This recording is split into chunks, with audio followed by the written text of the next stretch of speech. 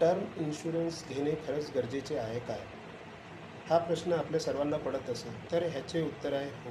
कारण आज आपण खूप सारी लायबिलिटी घेऊन जगत आहे, जसं की होम लोन आहे, कार लोन आहे, टर्म लोन आहे, बिझनेस लोन आहे किंवा आपल्या मुलांचं हायर एज्युकेशन आहे. ह्या स्ट्रेसमध्ये आपण आज जगतो आहे.